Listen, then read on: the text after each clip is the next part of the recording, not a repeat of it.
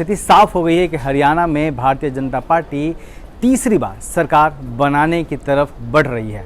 अभी तक के जो रुझान मिले हैं वो यही है, कांग्रेस पार्टी पिछड़ती हुई दिख रही है। हालांकि कांग्रेस पार्टी ये कह रही है कि अभी और वक्त बीतने दीजिए तब स्थिति साफ हो गई, लेकिन जो ट्रेडिशन रहा है, एक जो गिनती होती है और उसका जो एक टाइमिंग होती है, दोपहर 2 बजे तक जो पार्टियां आगे चलती हैं वह कहीं ना कहीं चुनाव जीतती नज़र आती है।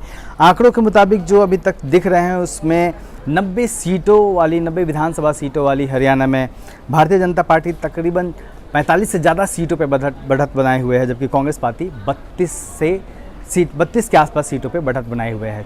सरकार बनाने के लिए 46 सीटें चाहिए होती हैं।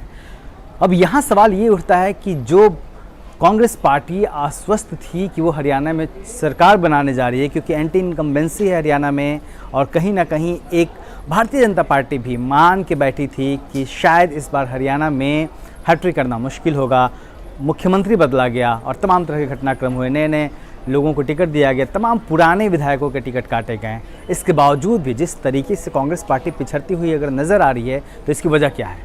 क्या इसकी वजह कुमारी शैलजा हैं, जिनको लेके एक लंबा विवाद चला? तकरीबन 2 हफ्ते तक वो चुप्पी साधे बैठी रहीं, क्योंकि कहा गया कि उनके जो समर्थक हैं या फिर वो जिनको चाहती थी कि टिकट मिले उनके समर्थकों को, वो दिया नहीं गया आलाकमान की तरफ से। और इसको लेकर उन्होंने खुलकर नाराज़गी जाहिर की, दिल्ली आके बैठ गई थी। और काफ़ी मान मलमल के बाद और बात होने के बाद मल्लिकार्जुन खड़गे जो कि कांग्रेस के अध्यक्ष हैं, तब वो चुनाव मैदान में उतरी थी, वहाँ जहाँ पे राहुल गांधी रैली करने वाले थे, प्रियंका गांधी रैली करने वाली थी। तो ऐसे में साफ है कि आखिर जो कांग्रेस का जो हाल हो रहा है हरियाणा में होता हुआ दिख रहा है, एक साफ कांग्रेस पार्टी जान रही थी कि वो जीतने जा रही है, वो आखिर रुक गए। तो कुमारी शैलजा एक बड़ा फैक्टर हो सकती हैं। और इसके अलावा राहुल गांधी की चुप्पी, जो कि आरक्षण में वर्गीकरण का फैसला आया था, उसको लेके जिस तरीके से कांग्रेस पार्टी ने चुप्पी साधे रखी, और ना सिर्फ चुप्पी साधे रखी बल्कि कांग्रेस की सरकारों ने, जो कि कर्नाटक की सरकार है,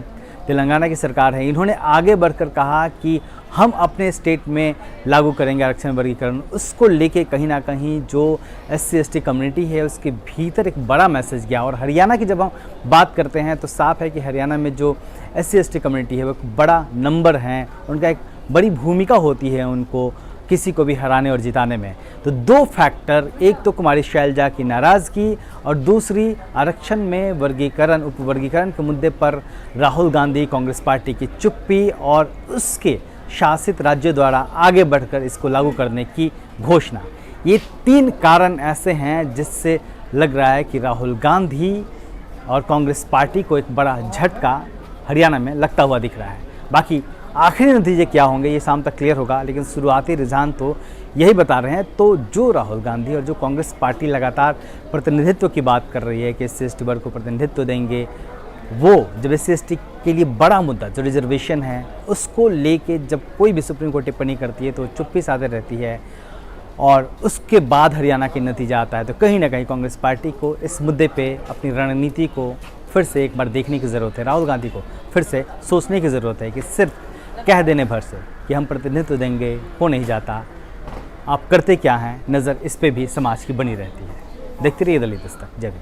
मनुवादियों ने बहुजनों के इतिहास को, उनके नायकों को मिटा देने की तमाम कोशिशें की, लेकिन अम्बेडकरवादियों ने तमाम मुश्किलों को सहकर उसे जिंदा रखा। बहुजन कैलेंडर 2025 के जरिए हमने भी बहुजनों के संघर्ष और इतिहास को सहेजने का काम किया है, क्योंकि कैलेंडर सिर्फ तारीख नहीं बताते, इतिहास भी बताते हैं। तो आज ही ऑर्डर करिए 2025 का बहुजन कैलेंडर।